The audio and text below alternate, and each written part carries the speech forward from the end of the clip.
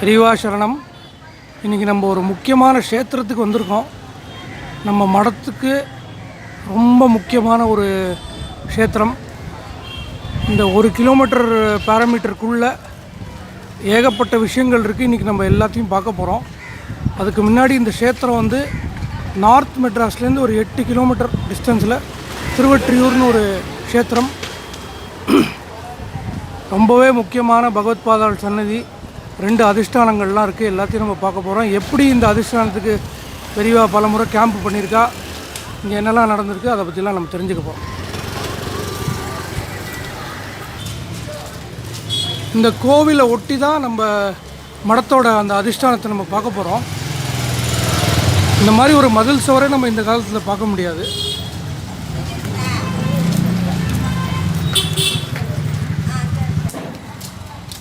திருவொற்றியூர் சங்கர மடத்தோட வாசலில் நம்ம இருக்கோம். இந்த சங்கர மடத்தோட ஸ்பெஷாலிட்டி என்னென்னா, எப்படி காஞ்சி மடம் எப்படி அமைஞ்சிருக்கோ, அதாவது பழங்காலத்து பகவத்பாதாள் சன்னதி, அந்த பகவத்பாதாள் சர்வக்கிய பீட்டம் ஏறிய 6 சிஷ்யாலோடு இருக்கிற ஒரு சன்னதி எப்படி இருக்கோ அதே மாதிரி சன்னதி இங்கே இருக்குது. அது இங்கே ஒன்று இருக்குது. அதை தவிர 2 அதிஷ்டானங்கள், எப்படி காஞ்சி மடத்தில் 2 அதிஷ்டானம், பகவத்பாதாள் சன்னதி, அம்பாள் கோவில் எப்படி அமைஞ்சிருக்கோ அதே மாதிரி திருவொற்றியூரும் அமைஞ்சிருக்கு. அதை தவிர திருவொற்றியூருக்கு இன்னொரு ஸ்பெஷாலிட்டி என்னென்னா, இங்கே 64 குடும்பங்கள் இருக்கிற ஒரு மிகப்பெரிய அக்ரஹாரமும் கூடவே இருக்குது. அந்த அக்ரஹாரத்தோட சிறப்பு என்னென்னா, நம்ம இப்போ இருக்கிற பீடாதிபதிகள் 70வது ஆச்சாரியால் அவளோட பூர்வாசிரம குடும்பம் பல வருஷம் திருவொற்றியூரில் இருந்த சரித்திரம் இருக்குது. அதை பற்றி நம்ம தெரிஞ்சுப்போம் இன்றைக்கி. இது இந்த மடத்தோட முக்கியமான ட்ரஸ்ட்டு தான் இது, இந்த சங்கர பக்த ஜனசபா. இது வந்து 1958 இது ஆரம்பிச்சிருக்கா. நம்மளோட மாமாவுக்கு இப்போ இன்றைக்கி 95 வயசு. அவள் வந்து இந்த ட்ரஸ்ட்டு ஆரம்பித்ததை பற்றி முழு கதை நம்மள்கிட்ட சொல்ல போகிறா. ரொம்ப அபூர்வமான விஷயங்கள்லாம் இங்கே நடந்திருக்கு. நீங்கள் பார்த்தீங்கன்னா நம்ம மடத்துக்குள்ளே இப்போது போகிறோம். நவராத்திரி உற்சவம் நடந்துட்டுருக்கு.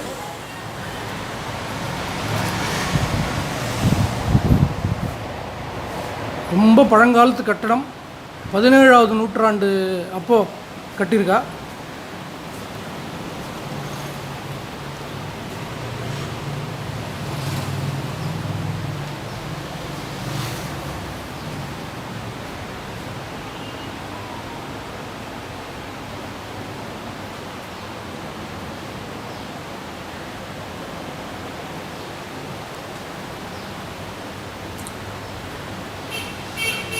இது இப்போ நம்ம பார்க்குறது வந்து பகவத்பாதாளோட முக்கியமான சன்னதி. இந்த சன்னதியை நான் முழுசாக காட்டுறேன். இந்த பழங்காலத்து கருங்கல்ல கட்டியிருக்கா. இது இப்போ ரெனோவேஷன் பண்ணணும். அவளுக்கு பல ரிப்பேர் வேலையெல்லாம் இருக்குது, அதை பண்ணணும்.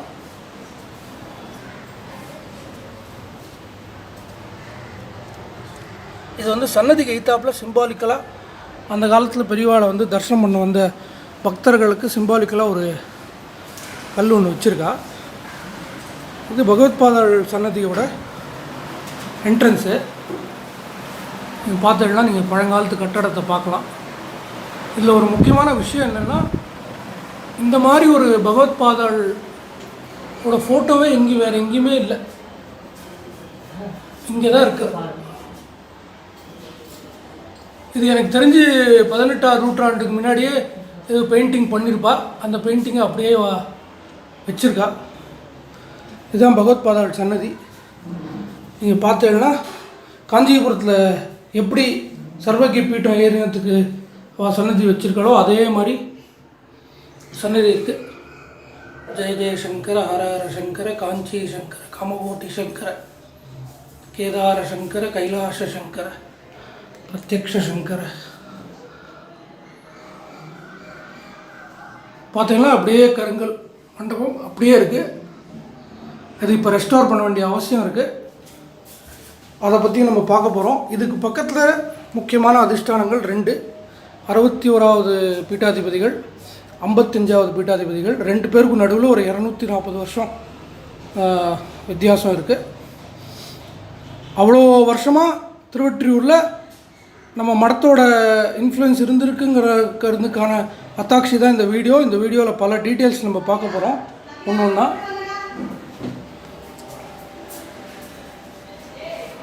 இப்போ நம்ம அதிஷ்டானத்தை பார்ப்போம். இது பகவத் பாதாள் சன்னதியோட வெளிப்புறம். இதை பிரதட்சணம் பண்ணலாம். நம்ம இப்போது 61வது பீட்டாதிபதிகளோட அதிஷ்டானத்தில் இருக்கோம். அதிஷ்டானத்துக்கு என்ன அர்த்தங்கிறத பெரியவா வந்து பியூட்டிஃபுல்லாக சொல்லியிருக்கா. அதை வந்து இங்கே பதிச்சு வச்சுருக்கா. அதை இன்னொன்று கூட சொல்லலாம், இந்த அதிஷ்டானத்துக்கு அவ்வளோ பவர் இருக்குதுன்னு அர்த்தம். அதனால் இந்த கல்லை இங்கே பதிச்சு வச்சுருக்கா. இந்த அதிஷ்டானத்தோட சாநித்தியம் அவ்வளோ இருக்குதுன்னு அர்த்தம். அதிஷ்டானத்தோட வாசல் 1704வது வருஷத்துலேருந்து 1746வது வருஷம் வரைக்கும் இந்த பீடாதிபதிகள் இங்கே இருந்திருக்கா. 42 வருஷம் இருந்திருக்கா. இந்த இடத்த நீங்கள் பார்த்தீங்கன்னா இப்போ இருக்கிற ரோடு லெவல்லேருந்து ஒரு 10 அடி 12 அடி கீழே இருக்குது. அப்போனா 17வது நூற்றாண்டில் ஹைட்டு அவ்வளோதான் இருந்திருக்கு. இப்போ ரொம்ப ஏறி இருக்குது ஹைட்டு. அதனாலேயே வந்து நீங்கள் பார்த்தீங்கன்னா இந்த பில்டிங்க்கு நிறையா சேதம் ஏற்பட்டிருக்கு. மழைனால ரொம்ப ப்ராப்ளம்ஸ் இங்கே வருது. இதெல்லாம் இப்போ சரி பண்ண சொல்லியிருக்கா பெரியவா. இதெல்லாம் சரி பண்ணுறதுக்கு அவள் நிறைய பிளான்ஸ் வச்சுருக்கா. அந்த பிளான்ஸை பற்றி நம்ம கடைசியில் பார்ப்போம். இப்போ நான் உங்களுக்கு அதிஷ்டானத்தை காட்டுறேன். இந்த அதிஷ்டானம் ரொம்ப இது நம்ம ரெனோவேட் பண்ணி ஜாக்கிரதையாக பார்த்துக்க வச்சுக்க வேண்டிய இடம் இது. நான் நல்லா உங்களுக்கு எல்லாம் சுற்றி காட்டுறேன் ஃபுல்லாக. பழங்காலத்து மண்டபம் ரொம்ப நல்லா இதை மெயின்டைன் பண்ணி வச்சுருக்கா. இப்போ சதிக்கு இந்த ஒரிஜினல் அதிஷ்டானம் இப்படி இருக்குது. இதை வந்து இப்போ மாற்றி பெரியவா அவளுக்கு சொல்லியிருக்கா என்னெல்லாம் பண்ணணும்னு சொல்லி உத்தரவு கொடுத்துருக்கா. அதுக்கு உண்டான வைதிகரையும் நியமிச்சிருக்கா. அந்த வைதிகரும் சேர்ந்து அவள்லாம் கலந்து பேசி இந்த மாதத்தில் இதுக்கான வேலையை ஆரம்பிக்க போகிறா. அதுக்கு ஜனங்கள் சகாயம் ரொம்ப ரொம்ப முக்கியம். நிச்சயமாக ஜனங்கள் சகாயம் இல்லாத இது பண்ணவே முடியாது. அதுவும் நம்மளோட பகவத் பாதாளுக்கு அவளோட பரம்பரை தான் முக்கியமான விஷயம். அது இன்றைக்கும் கண்டினியூ ஆகி வந்துட்டுருக்கு. அந்த பரம்பரையை காப்பாற்ற வேண்டியது நம்ம கடமை. நீங்கள் பார்த்தீங்கன்னா எப்படி இந்த பில்டிங் சேதமாக இருக்குது பாருங்கோ. அதை நம்ம இப்போ சரி பண்ணி இதெல்லாம் ரிப்பேர் பண்ணி இதெல்லாம் கம்ப்ளீட்டாக கருங்கெல்லாம் மாற்ற சொல்லியிருக்கா. அதுக்கான டீட்டெயில்ஸ் உங்களுக்கு வீடியோவோட கடைசியில் நான் உங்களுக்கு சொல்கிறேன். இப்போ நம்ம மாமா இந்த இடத்த 58லேருந்து எப்படி அவள் காப்பாற்றின்னு வந்திருக்கா, என்னெல்லாம் பண்ணியிருக்கா, அதை பற்றிலாம் நம்ம தெரிஞ்சுக்க போகிறோம். பெரியவாளுக்கு 61வது பெரியவாளுக்கு பல வருஷம் இந்த கிணறுலேருந்து ஜலம் எடுத்து அபிஷேகம் பண்ணியிருக்கா. இந்த கிணறு வந்து இப்போ சதிக்கு க்ஷீணமாயிருக்கு. அதுவும் ரெனோவேட் பண்ணுறச்சு, அதுவும் இதுலேருந்து நல்ல தீர்த்தத்தை எடுக்கிறதுக்கு ரெனோவேட் பண்ணுறதுக்கு அதுக்கும் பிளான் வச்சுருக்காவா. இந்த இடம் ரொம்ப சாநித்தியமாக இருக்குது. அதை நம்ம காப்பாற்ற வேண்டியது நம்ம கடமை. நமஸ்காரம். நமஸ்காரம். நம்ம இன்றைக்கி திருவொற்றியூர் மெயின் கைங்கரிய சிரோன்மணினே சொல்லலாம் மாமாவை. பல வருஷமாக 58லேருந்து கைங்கரியம் பண்ணிட்டுருக்கா. பெரியவா வந்து என்னெல்லாம் ஸ்கீம்ஸ் திருவொற்றியூரில் ஆரம்பித்தாலோ அதுக்கெல்லாம் பிரத்யட்சமாக மாமா கூட இருந்து, அஃப்கோர்ஸ் மாமாவுக்கு முன்னாடியும் சில பேர் அப்போ இன்சார்ஜாக இருந்திருக்கா. ஒரு 12 வருஷம் மாமா வந்து அவள்கிட்டருந்து கற்றுண்டு அதுக்கப்புறம் 70ல் மாமா நேரடியாக பண்ணிட்டுருக்கா. 58லேருந்து மாமா வாலண்டியரி ஒர்க்கு பண்ணிட்டுருக்கா திருவொற்றியூர் சங்கர மடத்துக்கு. திருவொற்றியூர் சங்கர மடத்தோட சிறப்பை பற்றியும் மாமாவோட அம்மாவோட பக்தியை பற்றியும் மாமா சொல்லி, பெரியவா என்னெல்லாம் கைங்கரியம் திருவொற்றியூர் சங்கர மடத்துக்கு ஆரம்பிக்க சொன்னால் அதெல்லாம் எப்படி நடந்திருக்குங்கிற பற்றி மாமா சொல்ல போகிறோம். ஸ்ரீ குருப்பியோட பரமாச்சாரியர்லேருந்து திருவொற்றியூர் விஜயம் பண்ணுற பொழுது இங்கே மடத்துக்கு வந்திருக்கார். வந்து பெரியவா அதிஷ்டானத்தில் போய் உட்காந்து ஜெபம் விடுவான். ஒருத்தர் வெளியில் உள்ளே போய் பார்க்க முடியாது. அந்த சமயத்தில் எங்கள் அம்மா இங்கே இருந்தால், எங்கள் அம்மா ரொம்ப இன்வால்வ்டு ரிலிஜியஸ் இதில். அதனால் பெரியவருக்கு நெல் பொறி ஆற்றுல பொறிச்சு கொண்டு கொடுப்பான். காட்டுப்பள்ளியில் பக்கத்தில் கேம்ப் முடிச்சு கேம்ப் போகும்பொழுது காட்டுப்பள்ளியில் போய் கொடுத்துட்டு இருந்தான். அதுலேருந்து அப்போலாம் கொஞ்சம் இருக்கும். ரொம்ப இன்வால்வ் சபாவில் இன்வால்வ் ஆனது வந்து 70லேருந்து ஃபுல். எனக்கு முன்னால் ஒருத்தர் செக்ரட்டரி இருந்தார், ரிசைன் பண்ணிட்டார். அதனால் என்ன ஒத்துக்கோ அப்படின்னு சொன்னால் சரின்னு ஒத்துட்டு அன்னியில் 70லேருந்து இன்னி வரையிலும் செக்ரட்டரியாக உட்காந்துருக்கேன். கொஞ்ச நாள் முன்னால் எலிவேட் பண்ணி பிரசிடெண்ட்டாக போட்டுட்டா. அதனால் இது வரையிலும் ஓடிட்டு இருக்கேன். நல்ல காரியம் பண்ணிகிட்டு இருக்கோம் ஏதோ. சரி, அதாவது எனக்கு ஒன்று ஒன்றா கொஞ்சம் நீங்கள் விலாவரியாக பெரியவா அப்போ நீங்கள் அந்த காலத்தில் பெரியவாவில் பார்த்தது உங்கள் அனுபவங்கள், அப்புறம் திருவொற்றியூரில் ஒரு ஸ்கீமாக ஆரம்பித்ததை நீங்கள் சொல்லுங்கள். திருவொற்றியூர் பெரியவா வந்த பொழுது இங்கே வந்திருக்காங்க. நானே பெரியவா எல்லாம் தீர்த்தம் வாங்கிட்டு இருக்கேன். அப்போ வந்து யாரோ விடோ பார்த்துட்டாங்கிறது ஓடி தீர்த்தத்தை போட்டு ஓடி வந்துட்டேன். இந்த குளத்தில் குளிக்க வந்தேன். குளத்தில் வந்து குளத்தில் அதை குளிக்க மாட்டான். அப்போ வந்து இவன் பெரியப்பாலாம் ஐயோ குளிக்கிறாளே அப்படி. ஏன் குளிக்கப்படாது, யார் வந்தா இங்கே? பட்டத்தார் வந்திருக்கார், ராமலிங்க சுவாமிகள் வந்திருக்கார். பெரியவா சொன்னாலும் ஆமாம், அவனுக்கு போய் நம்ம என்ன அப்படின்னு எல்லாரும் அப்போ எல்லாருமே குளித்தான். அதுக்கப்புறம் இதாக போச்சு. அப்புறம் கேம்ப் முடிச்சு காட்டுப்பள்ளி போனோம். காட்டுப்பள்ளி போகும்போது எங்கள் அம்மாவெல்லாம் போயிட்டுருப்பான். பட் நான் காட்டுப்பள்ளி போகலை, இங்கேயே இருந்து இப்படி வந்து அதில் சங்கர பக்த தரிசபாவில் செக்ரட்டரியாக போட்டு அதுலேருந்து பார்த்துட்ருக்கேன். இங்கே ரெகுலராக எங்களுக்கு சபாவில் பிக்ஷாவதாரம் இருக்கும். பெரியவா இருக்கும்போது பெரியவா எங்கெங்கே போயிருக்காங்களோ அங்கெல்லாம் போயிருக்கேன். கரகாபிஷேகம் பார்த்துருக்கேன், பெரியவா வியாச பூஜை பார்த்துருக்கேன். எல்லாம் பெரியவா இருக்கும்போது எல்லாரையும் இங்கே கூட்டிகிட்டு போவோம், பஸ்ஸில் வச்சு கூட்டிகிட்டு போவோம். எல்லோரும் தரிசனம் பண்ணிட்டு வந்துடும். அப்போது இங்கே வந்து பிக்ஷாவதாரம் முடிஞ்ச உடனே பிக்ஷாவதாரம் நடக்கும். எங்களோட ஆக்டிவிட்டிஸ் என்னன்னு கேட்டீங்கன்னா, மார்கழி மாதம் தனுர் மாதம் பஜனை. முதல் சபா ஆரம்பிக்கும் பொழுது இங்கே ஒரே இதாக இருந்தது, இதுவே ரொம்ப மோசமாக இருந்தார். அதனால் ஒருத்தர் வரமாட்டான். இங்கே மடம் தான் இருந்தது, பாக்கி வீடுகள்லாம் கிடையாது. அப்போ பயப்படுவான். அதுக்கப்புறம் கூரை கொட்டை மாதிரி இருந்தது. அறிக்கை லைட்டு வச்சுட்டு பெரியவா என்ன சொன்னால், படத்தை வந்து குருவாரம் பஜனை பண்ணுக்கும் அப்படின்னா அன்றையிலேருந்து ஆரம்பித்தோம். இன்னி வரையும் குருவாரம் பஜனை பண்ணி அன்றைக்கி 5-6 பேர் வந்து நீங்கள் அதே 4 பேரை சேர் பண்ணிகிட்ருக்கோம். அது ஓடிட்டுருக்கு. மார்கழி மாதத்தில் வந்து தனுர் மாதம் வீதி பஜனை காலமாக 4:30 மணிக்கு கிளம்போம். கிளம்பி கோயிலெல்லாம் போயிட்டு காலையில் போயிட்டு இங்கே வந்து 6 மணிக்கு வரும். 6 மணி வந்த உடனே அபிஷேகம் பண்ணி பிரசாதம் பண்ணி வெளியே போயிடுவோம். அது முடிஞ்ச உடனே பிக்ஷாவதாரம் வரும். எங்களுக்கு தைவெள்ளிக்கிழமை 2வது வெள்ளிக்கிழமை பிக்ஷாவதாரம். அது எங்கே இருந்தாலும் போவோம். பெரியவா கேம்ப் எங்கே இருக்கோ அங்கெல்லாம் போவோம், அங்கே போய் பண்ணியிருக்கோம். அதுக்கப்புறம் உடனே ராதா கல்யாணம் பாண்டரங்க வஜன பண்டியில் இருந்தது, அவள் தான் இப்போ பண்ணிகிட்டு இருக்கா. அதில் ஓடி இது பண்ணியிருக்கோம். அப்புறம் உடனே சங்கர ஜெயந்தி 10 நாள் உற்சவம். 10 நாள் 5 நாள் கோயிலில். 5வது நாள் வந்து கிராண்ட் அபிஷேகம் பண்ணும், ருத்ராபிஷேகம் பண்ணும். அதுக்கப்புறம் மீதி 10 நாள் இங்கேயே பண்ணுவோம், படத்தில் அபிஷேகம் பண்ணும். கடைசி நாள் வந்து படத்தை படத்துக்குள்ளேயே ஊர்வலம் வரும். 5வது நாள் ஜெயந்தி அன்னைக்கு கோயிலில் விக்கிரகம் இருக்குது. அந்த விக்கிரகத்தை வீதி விழா வரும். அது முடிஞ்ச உடனே பெரியவா ஜெயந்தி. ராமாயணம் நவாகம் நடக்கும். கர்ப்போத்சவம் நவாகம் ஒவ்வொரு வருஷமும் ஒவ்வொருத்தர் புதுசாக பண்டிதாலை கொண்டு நடத்துவோம். அது மாதிரி இன்னி வரையும் நடந்துகிட்டு இருக்கு. இதுமாரியும் பெரியவா இருக்கிறது நடந்துகிட்டு இருக்கு, நடத்தி வைப்பார். இப்போ முக்கியமான வேத பண்டிதர்கள்னு யாரெல்லாம் வந்திருக்காங்க இங்கே இதுக்கா? கும்பேரபுரம் சிவராம சாஸ்திரிகள், அப்புறம் வந்து பாலகிருஷ்ண சாஸ்திரிகள், இது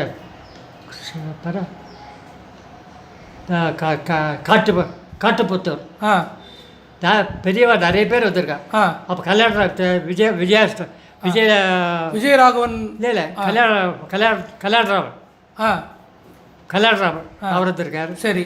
அப்புறம் தீட்சிதர்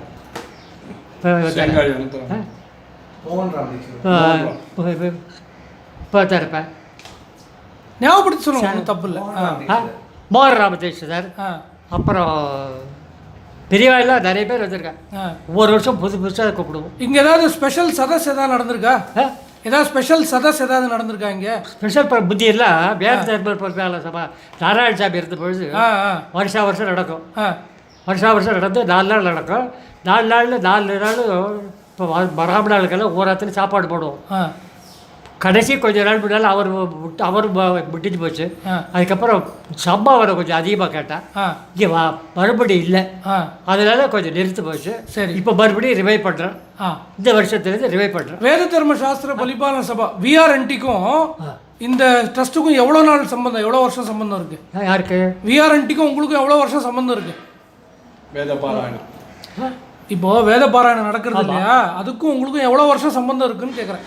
எவ்வளோ வருஷமாக நடந்துட்டு இருக்குன்னு கேட்குறேன். அவன் ஆரம்பத்துலேருந்து இது பண்ணிகிட்டு இருக்கான். சரி. அதுக்கப்புறம் நடுவில் கொஞ்சம் பிரேக் ஆகிடுச்சு, வருஷம் சரியா இல்லை. சரி. அதுக்கப்புறம் சம்பாவனை கூட ஞாபகம் வந்து அது தப்பு கிடையாது. சரி சரி. இங்கே வந்து மடத்தில் வசூல் நிறைய பெரிய கிடையாது, மாம்பழம் மாதிரி இல்லை. இங்கே வாங்குறத வாங்கி கொடுத்துட்ருக்கோம், அவ்வளோதான், வேறு ஒன்றும் இல்லை. சாப்பாடு எல்லோரும் போட்டுடுவான். சம்பாவனை இப்போ தான் நிறைய கொடுக்குறான். முதியெல்லாம் 4 ரூபா 4 5 ரூபா 1 ரூபா 2 ரூபா அப்படி தான் கொடுத்துருந்தேன். அதனால் முடியல சொன்னால் சரின்னு விட்டுட்டு அதுக்கப்புறம் மறந்து போயிடுச்சு. இந்த வாட்டியிலேருந்து ரிவைவ் பண்ணுறேன், கண்டினியூ பண்ணிடுறோம். அப்போ கூட முடிஞ்ச வரையில் கலெக்ட் கொடுக்குறோம். அப்படி இங்கே இருக்கிற ஹாலை வந்து நீங்கள் வேறு ஃபங்க்ஷன்ஸ்க்கெல்லாம் கொடுக்குறீங்க இல்லையா?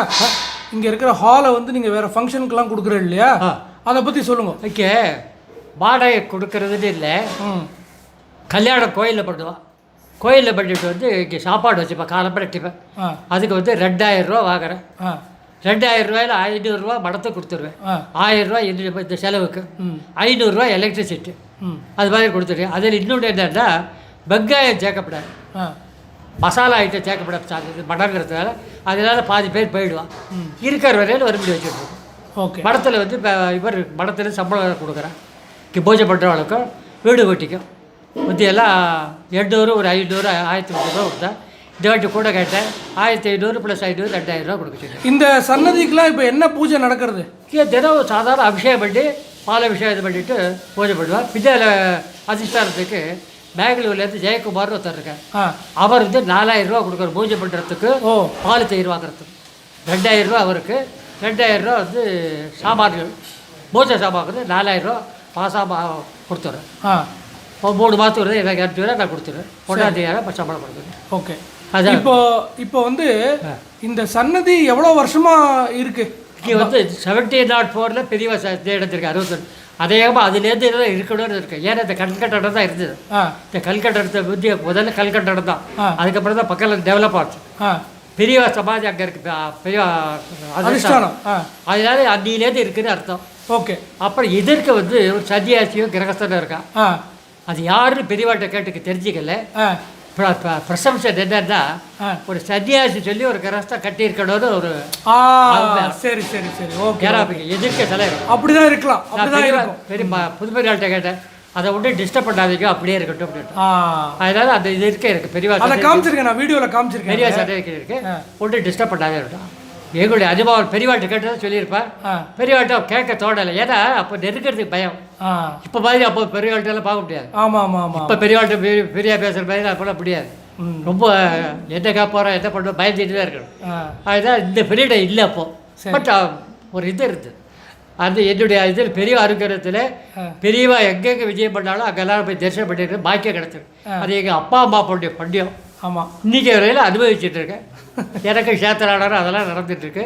நான் என்னுடைய ஐ ஆம் ஹாப்பி. ரயில்வேலேருந்து ரிட்டையர் ஆகி பகவான் இருக்கிறது நோய் நொடி இல்லாமல் ஆக்கிட்டு இருக்கேன். காசிக்கு எவ்வளோ வருஷமாக போயின்னு இருக்கேன்? காசிக்கு எவ்வளோ வருஷமாக போயிட்டு? காசிக்கு 50-60 வருஷம் போய் அப்போ 74லேருந்து போயிட்டுருக்கேன். 74லேருந்து போயிட்டு வச்சுக்கல. வருஷத்தில் 2 தடவை போவேன். போகிற மடத்தை தக்குவேன், அங்கே பண்ணிவிட்டு இல்லைன்னா என்னோட நான் போகிறேன்னா 4 பேர் வரையம்மா. அமாவாசை பிஸ்னஸில் வியாபாரம் இல்லை, அமாவாசையில் பார்த்துக்கிடும். இதில் என்னடா நான் தான் பொறுப்பு, பணத்தை கொடுத்தாரு, அதான் அவளை கூட்டிகிட்டு போய் இறக்கி கொண்டு வரணும். அதுதான் additional response. But I don't feel it. ஏன்னா நந்தி வரையும் பார்த்தா எனக்கு தெரியல, மாமா சௌக்கி பார்க்குறேன், இங்கே இருக்கிற கூட்டிகிட்டு வரலேம்மா. அது வரையும் சந்தோஷம் இருக்கு பாருங்க. வேறு ஒன்றும் பணக்காசு சம்பாதிச்சு விட்டு பிரயோஜனம் இல்லை. அந்த ஆத்மார்த்தமாக வந்து ஒரு ஆசீர்வாதம் நினைக்கிற பாருங்க, அது போதும். பெரியவா கனவுல வந்திருக்காளா? கனவுலேன்னு இல்லை, நான் இப்போ ஜெபம் பண்ணி இப்படி ஒரு பிம்பம் வரும். ஓகே. ஜெபம் பண்ண பொழுது இப்படி கண்ட முடியும் பொழுது அது வரும். இந்த 61வது பீட்டாதிபதி சன்னதியை பற்றி சொல்லுங்க. 61வது பீடாதிபதி எப்போ கட்டினான்னு தெரியாது. அது புத்தி ஒரு அந்த பக்கமாக பெரியவா வந்து இது வழி கிடையாது, இப்போ இருக்க ப்ரெசன்ட் வழி கிடையாது. அது பிதார் தோட்டம், பிதாலெல்லாம் மடத்த இடம் தான். தோட்டத்துக்கு எது வழியாக தான் சின்ன ஊட்ட வழி இருக்குது, அந்த வழியாக தான் குறிஞ்சு தான் வரணும். இப்போ பெரியவா அதிஷ்டானம் எப்படி இருக்கோ அதே அளவு தான் கேட்டு அங்கே. அது பெரியவா குறிஞ்சு தான் வந்து உட்காந்துப்பான். கிணறு ஒன்று இருக்குது பாருங்க. ஆமாம், கிணத்து பக்கத்தில் வேப்ப மரம், பெரிய மரம். ஆமாம், பெரிய மரத்தில் பெரியவா சாஞ்சிட்டு இங்கே வாசல் இங்கே வெளியில் உள்ளே போயிட்டு போட வெளியில் இங்கே பார்த்துட்டு. அதுதான் அந்த காலத்தில் கேமரா இருந்தால் அந்த ஃபோட்டோலாம் ரொம்ப நல்லா இருந்திருக்கும். அந்த காலத்தில் கேமரா இருந்திருந்தா கேமரா இல்லையே, இப்போ வீடியோ போடுறா எப்படி போடுறாரு சந்தேகமா இருக்கு. பெரியவா பேசுறதெல்லாம் போடுறாள், ஆமாம் எப்படி போடுறாரு தெரியல. இப்போ அந்த காலத்தில் இல்லை, ஃபோட்டோவே இல்லை. ஆமாம் ஃபோட்டோ கூட பெரியவா பர்மிஷன் கொடுத்தா தான் எடுக்கலாம். ஆமாம் ஆமாம் எடுக்காத பிளாக் தான், நீங்கள் என்ன எடுத்தாலும் எல்லாம் பிளாக். ஆமாம் ஆமாம் எடுத்துக்கிட்டு பெரிய எடுறான்னு சொன்னா தான் எடுக்கலாம். ஆமாம் இங்கே படக்கிற வெங்கட்ராமி இருந்தார், ஆமாம் பெரியவாட்டே இருந்தார். ஆமாம் அவரை வந்து என்ன பண்ணுற, நீ வந்து எதை எடுத்துக்கோ, நீ வியாபாரம் பண்ணு அப்படின்னா பர்மிஷன் எடுத்து பேரே படக்கடை வெங்கட்ராமி பேர். அவர் பையன் இருக்காங்க, அவர் வந்து பெரியவாட்டு அருகர் கைகறி பண்ணி இந்த படத்தை வச்சு பண்ணார். பையெல்லாம் நல்லா இருக்கா வச்சு பேர பேரத்தில். அதாவது பெரியவாடு அனுகிரகத்துக்கு படக்கடை வெங்கட்ராமி. நம்ம வந்து இப்போது திருவொற்றியூர் கோவில் க்ஷேத்திரத்தோட விசேஷத்தை பற்றி பார்க்க போகிறோம். மாமா வந்து இவ்வளோ வருஷம் பண்ண கைங்கரியத்தை பற்றி முழுசாக டீட்டெயில்டாக சொல்லியிருக்கா. இந்த க்ஷேத்திரத்தை பற்றி சொல்கிறவருக்கும் நிறையா பெரிய அனுபவங்கள் இருக்குது. குறிப்பாக இந்த திருவொற்றியூர் ட்ரஸ்ட்டுக்கும் நிறையா கைங்கரியம் பண்ணிட்டுருக்கார். விஸ்வநாதன் பேர். அவர் கோவில்லையும் நிறையா கைங்கரியம் பண்ணிருக்கார். சிவனுக்கு பல வருஷமாக திருவொற்றியூர்லேயே இருக்கார். பிரதோஷம் மாமா கூட அவருக்கு சில அனுபவங்கள்லாம் இருக்குது, அதை பற்றியும் சொல்ல போகிறார். அதை நம்ம பார்ப்போம். நமஸ்காரம். இவருக்கு திருவொற்றியூர் விசுன்னு பேர். மடத்துலேயும் திருவொற்றியூர் விசு தான் சொல்லுவாள். இவர் வந்து பல வருஷமாக திருவொற்றியூர் மடத்துக்கு கைங்கரியம் பண்ணிருக்கார். இன்றைக்கி சிறப்பு என்னென்னா, புதுப்பிரிவாளுக்கும் இவருக்கும் நிறையா அனுபவங்கள் இருக்குது. அது தவிர பாலப்பிரிவாளோட பூர்வாஷமாக அப்பா அம்மாவோட பல வருஷம் தொடர்பு இருக்குது. அதை தவிர பிரதோஷம் மாமாவும் மாமிக்கும் கூட ரொம்ப வருஷம் தொடர்பு இருக்குது, அனுபவங்கள் இருக்குது. அதையும் சொல்ல போகிறார். அதை தவிர திருவொற்றியூர் மடத்தை பற்றியும் சொல்ல போகிறார். அதுக்கு முன்னாடி திருவொற்றியூரோட க்ஷேத்திரத்தோட அம்பாளும் சிவனத்தை பற்றி ஃபஸ்ட்டு க்ஷேத்திர விசேஷத்தை சொல்லி, அதுக்கும் மடத்துக்கும் சம்பந்தத்தை சொல்லி, எப்படி பகவத்பாதாள் அங்கே ஸ்ரீசக்கர பிரதிஷ்டை பண்ணியிருக்கான்னு சொல்லி மிச்சம் அவரோட அனுபவத்தை நம்ம பார்க்கலாம். ஸ்ரீ குருப்பியோ நமஹா. ஸ்மிருதி ஸ்மிருதி புராணானாம் ஆலயம் கருணாலயம் நமாமி பகவத் பாதசங்கரம் லோகசங்கரம். பக்தர்கள் அனைவருக்கும் இந்த திருவொற்றியூர் க்ஷேத்திரத்தோட மகிமையை சொல்கிறத என்னோடய பாக்கியமாக இது பண்ணி குருநாதருடைய அனுகிரகத்தில் உங்கள்கிட்ட சொல்கிறேன். அதாவது திருவொற்றியூர் க்ஷேத்திரன்றது நம்ம நார்த்து மெட்ராஸில் புண்ணிய க்ஷேத்திரம். அதாவது பிரளயம் முடிஞ்சிட்டு சுவாமி நமக்குன்னு ஒரு ஊர் ஒதுக்கணும் அப்படின்னு ஆரம்பித்தால்தான் இதுக்கு ஒற்றியூர்னு ஒரு பேர் வந்தது. எல்லா ஊர்லேயும் ஒரு சிவன் ஒரு அம்பாள் தான் இருப்பாள். ஆனால் திருவொற்றியூரில் எல்லாமே ரெண்டு எதை எடுத்தாலுமே ஆதிபுரீஸ்வரர், தியாகராஜர், வட்டப்பாரியம்மன், திருப்புர சுந்தரி, வெளிக்குளம், உள்குளம், மரம் எடுத்தாலும் மகிழ மரம், தாழம்பு மரம், அப்பா ஒற்றீஸ்வரர் சன்னிதானம். ஸோ இங்கே வந்து திருவொற்றியூர் க்ஷேத்திரத்தில் ஒரு பெருமையான க்ஷேத்திரம்.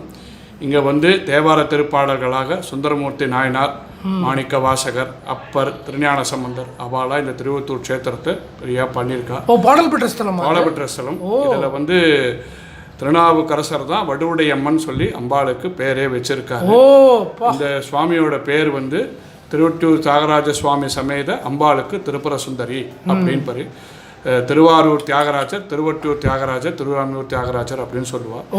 சரி சரி. இந்த ஊரில் ஒரு பெரிய விசேஷம் அப்படி என்னன்னா, எல்லா ஊர்லேயும் காமனாக எல்லாத்துக்கும் கொடிமரம் வைப்பா. ஆனால் இங்கே வட்டப்பாறை அம்மனுக்கு தனியாக ஒரு கொடிமரம் வச்சு அம்பாளுக்கு சித்திரை மாதம் அமாவாசை டைமில் ஒரு வாரம் இங்கே வந்து ஒரு பெரிய விசேஷமாக இங்கே கொண்டாடுவா. அது இந்த க்ஷேத்திரத்தோட பெரிய மகிமை. அது ஒன்று. ரெண்டாவது, எல்லா ஊர்லேயும் வந்து பார்த்திங்கன்னா நைட்டு உற்சவம் முடிஞ்சிடும். ஆனால் எங்கள் திருவொற்றியூரை பொறுத்த வரைக்கும் எங்கள் தியாகராஜர் எப்போ வராரோ அப்போ தான் எங்களுக்கு முதல் நாள் கணக்கு. இது எப்படி அப்படின்னு உங்களுக்குன்னா, இப்போ நமக்கெல்லாம் வந்து பார்த்திங்கன்னா நைட்டு 10:30 மணி 11 மணிக்கு வந்தால் சுவாமி முடிஞ்சிருக்கும். ஆனால் திருவொற்றியூரை பொறுத்த வரைக்கும் சூரிய உதயமும் உதயம் தான் எங்களுக்கு கணக்கு. இப்போ தியாகராஜர் விடிய காத்தால 4 மணிக்கு வருவார். அதாவது இப்போ இன்னைக்கு உதாரணத்துக்கு பார்த்தீங்கன்னா திங்கட்கிழமையாக இருந்து செவ்வாய்க்கிழமை காலையில் விடிய காத்தால வந்தார்னா எங்களுக்கு அது திங்கட்கிழமை தான் கணக்கு இந்த ஊரில். இது ஒன்று. ரெண்டாவது, இந்த திருவொற்றியூரில் வந்து பார்த்திங்கன்னா தியாகராஜ சுவாமி வந்து சுந்தரரை வச்சு ஒரு திருவிளையாடல் பண்ணணும் அப்படின்னு சொல்லிட்டு இங்கே மகிழடி சேவைன்னு சொல்லிட்டு ரொம்ப பெரிய உற்சவமாக கொண்டாடுவாள். அதாவது வந்து சுந்தரமூர்த்தி நாயனாரை வச்சு இங்கே திருவிளையாடல் பண்ணணும்னு சொல்லும்போது இருப்பார். இங்கே வந்து தியாகராஜர் வந்து ஆடு, அந்த பந்தம்பெரி ஆடு பவனி ஆடுற தியாகராஜர் சுவாமிக்கு வந்து கோவிலில் மட்டும்தான் கற்பூர ஆரத்தி காட்டுவாள். அதுக்கப்புறம் வீதி உலாவில் எங்கேயும் கற்பூரம் காட்டிக்க கூடாது. அவர் பேரே ஓடும் தியாகராஜர் தான் பேர். இங்கே மேற்கு மாடவீதியில் நந்திகேஸ்வரர் அப்படின்னு ஒரு சுவாமி கோவில் இருக்குது, பழைய கோவில். சுவாமிக்கு வந்து அங்கே நடனம் ஆடி அங்கே வந்து காட்டுவோம். மற்ற இடத்துல எல்லா தாளமும் அடிச்சுட்டு வருவா தியாகராஜர் கிட்டக்க. இந்த மேற்கு மாட வீதியில் பாதியில் அந்த சுவாமி நிற்க வச்சுட்டு வெறும் பிரம்மத்தாளம் அடிச்சுட்டு சுவாமி நல்லா தலையை சாட்சி சாட்சி சாட்சி நந்திகேஸ்வரருக்கு ஆடி காட்டுவார். அது ஒரு பெரிய விசேஷம் இந்த ஊரில். இன்னொன்று அம்பாளோட இது, இங்கே தியாக பிரம்மம் வந்து ராமரை பற்றி நிறையா பாடியிருக்கார். அப்போ திருவொற்றூர் திருப்பர சுந்தரி தியாக பிரம்மம் கடவுளை போயிட்டு என்னை பற்றி நீ பாடணும் அப்படின்னு சொல்லி திருவொற்றூருக்கு வந்து பஞ்சரத்ன கீர்த்தனை அம்பாள் மேலே பாடியிருக்கிறது இங்கே பெரிய விசேஷம். ஆமாம். அதுக்கப்புறமா இன்னொரு விசேஷம் என்னன்னா, பட்டினத்து சுவாமிகள் அவர் வந்து சுவாமி கிட்டக்க வந்து நான் எங்கே போய் எனக்கு முக்தி கிடைக்கும் அப்படின்னு சொல்லும்போது, நீ இந்த பேய் கரும்பு எடுத்துட்டு போகணும், பேய் கரும்புன்னா இனிக்காது, நீ எல்லா க்ஷேத்திரத்துக்கும் போ அப்படின்னு சொல்கிறார். முதல்ல அவர் சிஷ்யர் பத்திரகிரியாருக்கு கொடுத்துருவார். நீ இப்படியே போயிட்டு இருக்கும்போது திருவொற்றூரில் வரும்போது அவர் இருக்கும். திருவொற்றூரில் அவரோட ஜீவசமாதி இந்த கடல் பக்கத்தில் இன்னும் இருக்குது. அவருக்கு அடுத்து வந்து பார்த்திங்கன்னா ராமலிங்க சுவாமிகள். ஸோ ராமலிங்க சுவாமிகளை பற்றி சொல்லணுன்னா திருப்புகழ். ஸோ ராமலிங்க சுவாமி கருணையே வடிவம். அப்பேற்பட்ட ராமலிங்க சுவாமிகள் நம்மளுடைய வள்ளலார் நகர், அதாவது இப்போ இங்கிலீஷில் சொன்னால் வெள்ளக்காரன் கால மின்ட்டுன்னு பேர், அங்கேருந்து நடந்து வந்து அம்பாளை தரிசனம் பண்ணிவிட்டு திருப்பியும் வீட்டுக்கு போவார். ஒரு வாட்டி அவர் வீட்டுக்கு போகிறதுக்கு லேட் ஆகிடுத்து அப்படின்னு சொல்லிட்டு அவள் மண்ணி போய் தூங்கிட்டான். அப்போ அவர் பசியோடு தூங்கிட்டு இருக்கும்போது அம்பாலே போய் அவள் மண்ணியாக போய் எழுப்பி சாதம் போட்டு படுக்க வச்சுட்டு வந்திருக்கான். மறுநாள் காலையில் அவள் மண்ணி எழுப்பி வள்ளலார் சுவாமிகளை கேட்குறாரு, என்னப்பா நேற்று ஏன் நீ என்னை எழுப்பலை, சாப்பிட வேண்டியதுன்னு. இல்லையே, நீங்கள் தானே வந்து எனக்கு சாதம் போட்டிங்க அப்படின்னா. அப்பேற்பட்ட இந்த திருவொற்றூர் க்ஷேத்திரமானது இங்கே வந்து எல்லாருக்கும் அருள் பாலிச்சு கொண்டிருக்கிற அம்பாள். இங்கே வந்து நம்ம பகவத் பாரால் வந்து இந்த திருவொற்றூர் க்ஷேத்திரத்துக்கு வந்து அம்பாளுக்கு பலி கொடுக்கறதை நிறுத்தி இங்கே வடுவுடை அம்மனுக்கு ஸ்ரீசக்கர பிரதிஷ்டை பண்ணி இன்னைக்கு நம்பூதிரிமார் பூஜை பண்ணுறது இந்த ஊரோட ஐதீகம். ஆமாம். இப்பேற்பட்ட க்ஷேத்திரம் இந்த நவராத்திரி புண்ணிய காலத்தை 9 நாள் அம்பாளுக்கு ரொம்ப விமர்சையாக நடக்கும். வட்டப்பாரி அம்மனும் மாசி மாதம் இங்கே விமர்சையாக நடக்கும். இது இந்த திருவொற்றூர் க்ஷேத்திரத்தோட மகிமை. இங்கே வந்து பல ஜீவ சமாதிகள் நிறைய இந்த க்ஷேத்திரத்தை சுற்றி இருக்கு அப்படின்னு சொல்லி சொல்றா. அப்படியா? ஆமாம். பாமன் இது குமாரகுரு சுவாமிகள், அப்புறமா நம்மளுடைய சங்கர மடத்தோட சேர்ந்த 2 அதிஷ்டானம் 55வது பெரிவா சந்திரசூடேந்திர சரஸ்வதி சுவாமிகள், அவர் 15th செஞ்சுரியில் இங்கே இருந்திருக்காரு. அடுத்தது நம்ம சுவாமிகள் மகாதேவேந்திர சரஸ்வதி 61வது பீடாதிபதி 17th செத்தில் திருவொற்றூரில் அவளுடைய அதிஷ்டானம், அதாவது ஜீவ சமாதி இந்த திருவொற்றூர் இருக்குது. இது இல்லாமல் இன்னும் நிறையா பேர் இங்கே சொல்லிட்டு இருக்கா, இங்கே நிறையா ஜீவசமாதி இருக்குது அப்படின்னு சொல்லியிருக்கா. அப்பேற்பட்ட இந்த திருவொற்றூர் க்ஷேத்திரத்தில் மற்ற இடத்துல இருக்கிற மாதிரியே சங்கரமடம் பார்த்திங்கன்னா அதிஷ்டானத்தோடு சேர்ந்து இருக்கிறது நம்ம திருவொற்றூர் சங்கரமடம், காஞ்சிபுரம், கலவை. இது ரொம்ப ரொம்ப விசேஷமான சங்கரமடம் இது. அதுக்கப்புறமா எனக்கு வந்து பார்த்திங்கன்னா நான் குழந்தையாக இருக்கும்போது இந்த அக்ரகாத்தில் பாலப்பரிவாளோட பூர்வாசிரம அப்பா அம்மா கிருஷ்ணமூர்த்தி சாஸ்திரிகள் மாமா, அவள் அம்மா அம்பாள் லக்ஷ்மி அம்பாள் அவள் அம்மா இருப்பா. அப்போ சின்ன வயசில் அங்கே போகும்போது அவள் அப்பா அம்மா என்னை கூப்பிடுவா, சந்தியாவந்தனம் பண்ணியா, தோட காஷ்டம் சொன்னியா அப்படின்னு என்னை கேட்பா. கோச்சிக்காரிங்க சில நாளைக்கு கூட பட்டை அடிச்சுட்டு போவேன், மாமி பாப்பாடுவோன்னு ஒரு பயத்தில். அப்போ ஒரு நாள் அந்த மாமி என்னை கூப்பிட்டு வச்சு எனக்கு ஒரு வெத்தலைப்பாக்கில் 10 ரூபா வச்சு கொடுத்தா. அது எனக்கு கொடுக்கும்போது 1994 95 எனக்கு ஞாபகம் இல்லை. இன்னும் அந்த 10 ரூபா என்னுடைய பர்ஸில் இருக்கு. ஸோ பாலப்பரிவாளோட ஒரு பெரிய அவள் அப்பா அம்மா கூட ரொம்ப என்னுடைய கல்யாணத்துக்கு கூட நான் போய் அவள் அப்பா அம்மாட்ட சொல்லும் போது எனக்கு புடவை வேஷ்டி எல்லாம் வச்சு கொடுத்து, நீயும் உன் ஒய்ஃபும் ரொம்ப சௌக்கியமாக நன்னா இருப்ப, கவலையே படாத அப்படின்னு சொல்லி அந்த 2 கையை தூக்கி அவள் அப்பா எனக்கு ஆசீர்வாதம் பண்ணியிருக்கா. அது பெரிய ஒரு குரு கடாட்சமாக இருக்குது. இப்படி இருக்குன்ற நம்ம சங்கர மடத்தில் கைங்கரியம் பண்ணின்னு இருக்கும்போது இந்த பெரியவா எக்ஸ்பீரியன்ஸை கதையெல்லாம் கேட்டுன்னு இருக்கும்போது திடீர்னு ஒரு நாள் ஒருத்தர் வந்து ஒரு பெரியவா பக்தர் வந்து பிரதோஷ மாமாவை பற்றி எனக்கு சொல்லி ஒரு யூடியூப் லிங்க் அனுப்பிச்சி விட்டேன். அந்த யூடியூப் லிங்க் அடித்து பிரதோஷ மாமா கதையை கேட்டுகிட்டே இருக்கும்போது எனக்கு திடீர்னு ஒரு உள்ளுக்குள்ளே ஒரு ஆசை, ஏன் நம்ம காஞ்சிபுரம் போய் நம்ம பெரியவாளை பார்க்கக்கூடாது அப்படின்னு ஒரு ஃபீல் ஆச்சு. இப்போ ஃபீல் ஆகும்போது என்கிட்ட பணம் கொஞ்சம் கம்மியாக இருக்கும். எனக்கு இல்லை ஒரு அதிர்ஷ்டம் என்னென்னா, நான் வந்து அரக்கோணத்தில் வேலை செஞ்சிட்டு இருந்தேன். ஸோ அரக்கோணம் டு காஞ்சிபுரம் 20 ரூபா பஸ் சார்ஜு, போக வர 20 ரூபா, 10 ரூபா எனக்கு டீக்கு, 10 ரூபா பெரியவாளுக்கு கல்கண்டு. இதுதான் என்னுடைய முதல் அனுபவம். காஞ்சிபுரம் போகும்போது எப்படி போகணும் என்ன பண்ணணும்னு எனக்கு எதுவும் தெரியாது. சரி பிரதோஷ மாமா போனால் நம்மளும் பிரதோஷத்தன்னைக்கு பெரியவாளை தரிசனம் பண்ணணும்னு சொல்லி அப்படியே அங்கே போயிட்டு இருக்கும்போது அங்கே பாலு மாமா அவர் வந்து இப்போ சுவாமிகள், நம்ம பாலு சுவாமிகள் சொல்லணும்னா நான் மாமாக்கிட்டே போய் சொன்னேன், மாமா எனக்கு உங்களை சுவாமிகள்னு கூப்பிட தோணலை, பாலு மாமா தான் கூப்பிட தோணும், நீ எப்படி கூப்பிட்டாலும் எனக்கு சந்தோஷம்டா விசு அப்படின்னு சொல்லி சொன்னான். உனக்கு என்ன வேணும் சொல்லு அப்படின்னா, எல்லாரும் பெரியவா கனவுல வரான்னு சொல்கிறா, என் கனவுல ஒரு வாட்டி பெரியவா வந்தால் நல்லா இருக்குமே, எனக்கு என்ன பண்ணுறது எப்படி பண்ணுறது தெரில, நீ கவலைப்படாத, உன் பெரியவா ஒரு நாள் உன் கனவுல வருவா அப்படின்னு சொல்லி சொன்னான். ஒரு நாள் நான் நல்லா தூங்கிட்டு இருக்கும்போது பெரியவா வந்து நல்லா காஷாயம் நல்லா மொட்டை அடிச்சுட்டு இருக்கா. ஒரு பிம்பம் வந்து ஃபோட்டோவிலேருந்து நகருது. நான் எல்லாரையும் கூப்பிட்டு கத்துறேன், பெரியவா நகர்றா, யாரும் பார்க்காம இப்படி இருக்கலே, பெரியவா நகர்றான்னு முழிச்சு பார்த்தா மணி ஒரு 12 மணி இருக்கும். ஸோ பாலு மாமாவை நினச்சிட்டு கடைசி வரைக்கும் பாலு மாமாவை தொட்டு பழகிற பாக்கியம் கிடச்சிது. அப்போ பாலு மாமா கிட்டக்க பெரியவா உபயோகப்படுத்தின பொருள் எதுவும் கேட்கணும்னு எனக்கு தோணலை. அது என்னன்னு எனக்கு தெரியல. போவேன், பாலு மாமாட்ட 10 நிமிஷம் பேசுவேன், பேசிட்டு வருவேன். அப்படி இருக்கும்போது பாலு மாமா நீ கேட்டா, நீ பிரதோஷ மாமாத்துக்கெல்லாம் போயிருக்கியா அப்படின்னு கேட்டா, இல்லை போனதில்லை அப்படின்னு. நீ அங்கே போ அப்படின்னு சொல்லிட்டு அமிச்சா. ஸோ அதுலேருந்து பிரதோஷ மாமாத்துக்கு போகிற பாக்கியம் கிடச்சிது. மாமாவுடைய ஜெயந்தி, மகாபிரிவா ஜெயந்திலாம் அங்கே ரொம்ப விமர்சையாக கொண்டாடுவா. அங்கே போய் கைங்கரியம் பண்ணுற பாக்கியம் கிடச்சிது. அங்கே ஸ்ரீராமண்ணா, ரேவதி மண்ணி, வேதாம்பாள் மாமி கிட்டலாம் அங்கேருந்து கைங்கரியம் பண்ணும். அப்படி இருக்கும்போது அங்கே எல்லாரும் பெரியவாளுக்கு அனுஷத்துக்கு நிறையா வாங்கிட்டு வருவா. என் கையில் காசு இல்லை, அதனால நான் ரொம்ப வருத்தப்பட்டிருக்கேன். ஒரு வாட்டி ஒரு இருக்கையில் போய் நான் படுத்திருந்தேன். என்ன பெரியவா எனக்கு எதுவுமே கொடுக்க மாட்டேங்கிற, என் மேலே என்ன தப்பு இருக்குது அப்படின்னு நான் கேட்டுன்னு இருக்கும்போது ஸ்ரீராமண்ணன் எனக்கு ஃபோன் பண்ணி, மாமாவுடைய ஜெயந்தி, நீ எங்கள் ஒரு இருக்கையில் பெரியவா பாதைகள் இருக்க மாலை எடுத்துட்டு வா அப்படின்னு சொன்னான். எனக்கு இது ஒரு பெரிய பாக்கியமாக நான் நினச்சேன். அங்கே அவ்வளோ கோடான போடி இருக்கும்போது நான் எடுத்துன்னு வந்த மாலையை தான் ஃபஸ்ட்டு மாமாவுக்கு போட்டாப்பா. அது எனக்கு ஒரு பெரிய பாக்கியமாக இருந்தது. அப்புறமா என்னுடைய குழந்தைக்கு எல்லாமே பெரியவாளும் இதுவும் தான். என் குழந்தை பெரியவளாலன்னு சொல்லி கேட்கும்போது அதுக்கும் பிரதோஷ மாமாட்ட போய் சொல்லும்போது, நீ என் குழந்தைய கன்னியா பூஜைக்கு கூட்டிகிட்டு வா அப்படின்னு சொல்லி சொன்னான் ஸ்ரீராமண்ணா. நான் பெரியவாட்ட வேண்டின, பெரியவா இந்த கன்னியா பூஜை தான் என் கொண்டு கடைசியாக உக்காரணும், இதுக்கு அடுத்த வர பிரதோஷத்துக்கு நீ அவளை வந்து பெரியவளாக்கி கொடுக்கணும்னு. கரெக்டாக அங்கே கன்னியா பூஜை உக்காந்துட்டு வந்து 30ஆவது நாள் என் பொண்ணு பெரியவளாயிட்டா. அதே போல் என்னுடைய ஒரு நிமிஷம்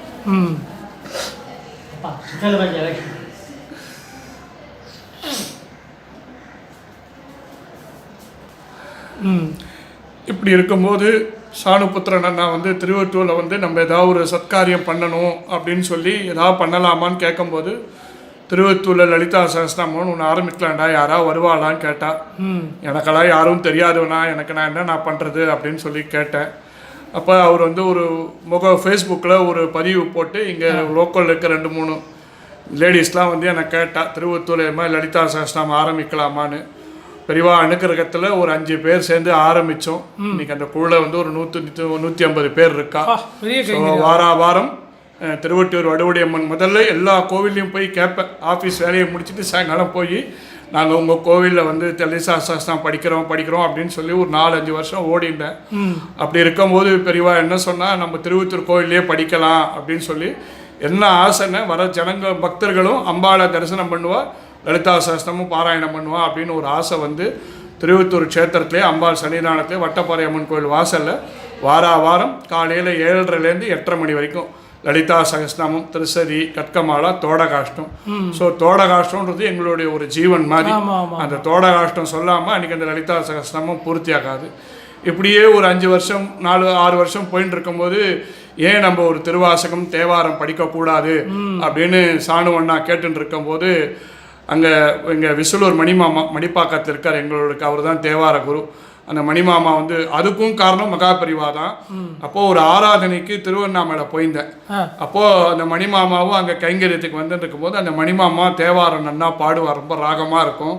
திருவொற்றூர் சேத்திரம்னு அவருக்கு என்ன ரொம்ப பிடிச்சி போச்சு. ஒற்றியூரான்னு என்னை சொல்லிட்டு தியாகராஜர் சொல்லிட்டாரு. சரி, அப்போ அவர் என்கிட்ட கேட்டார், நம்ம திருவொற்றூரில் தேவாரம் ஆரம்பிக்கலாமா, யாராவது வருவாளா அப்படின்னு கேட்டால், முதல்ல அசூசல் என்னோட நம்பிக்கையில் நான் வந்து வேண்டான்னேன். அப்புறமா பெரியவா என் தலையில் கொட்டினேன், நீ நடத்தலை, நீ ஒரு வேலைக்காரன், நீ அதை மனசில் வச்சுக்கோ ஆரம்பின்னு சொல்லி பெரியவா அனுக்கிரகம் பண்ணால், அந்த மணிமாமா வச்சு ஃபஸ்ட்டு ஒரு 40 பேருக்கு தேவாரம் சொல்லி அவளுக்கு அரங்கேற்றம் பண்ணோம். அடுத்து இன்னொரு ஸ்கூலில் வந்து ஒரு 300 பசங்களுக்கு தேவாரம் பண்ணோம், கலைமகள் ஸ்கூல் அப்படின்னு சொல்லிட்டு இங்கே திருவொற்றூரில். அதுக்கப்புறமா 2வது பேட்ச் எடுத்து அவளுக்கு சொல்லி கொடுத்து அரங்கேற்றம் பண்ணோம். இப்போ மகா பிரிவா அனுகிரகத்தில் ஒரு 750 பிள்ளைகளுக்கு சங்கர வித்யாலயா இங்கே பக்கத்தில் இருக்குது. அந்த ஸ்கூலில் இருக்கிற குழந்தைகளுக்கு தேவாரம் எல்லாம் சொல்லி கொடுத்து அதை பண்ணிட்டு இருக்கோம் நாங்கள். அந்த குரூப் பேர் என்ன? சுந்தரர் ஏதோ அது வந்து லலிதா சகஸ்நாம குரூப் வந்து பார்த்தீங்கன்னா திருவட்டூர் லலிதா சகஸ்நாம பாராயண குழுன்னு. இது வந்து மணிமாமா வச்ச பேர் ஸ்ரீ சுந்தர ரெடியார் குழுன்னு. எல்லாத்தையும் நடத்துறது மகா பிரிவாலும் தெய்வமும் தான். இதில் அடியனுக்கு வேலைக்காரனாக இருக்கிறதுனால பூவோட சேர்ந்த நாரும் மணக்கிற மாதிரி. இல்லை, இன்னொரு விசேஷம் வேறு இருக்கு. இப்போ பிரதோஷ மாமா பாடுற தேவாரத்தில் முக்கியமான தேவாரம்லாம் சுந்தரர் தேவாரம். ஆமாம். இப்போ என்னோட ஒரே கோரிக்கை பெரியவா கிட்ட நான் வச்சிருக்கிறது சுந்தரர் தேவாரம் ஆரம்பிக்கணும் அப்படின்னு. நம்ம அண்ணா சொன்ன மாதிரி எனக்கு அங்கே மாமாத்துக்கு போகும்போது வாசல்லே போட்டிருக்கோம் மீளா அடிமைன்னு. எனக்கு அப்போ அதுக்கு அர்த்தம்லாம் தெரியாது. அப்போ அந்த சுந்தரர் தேவாரத்தில் மீளா அடிமை உமைக்கே ஆளாய் அப்படின்னு பாட்டை கேட்டுட்டாங்க.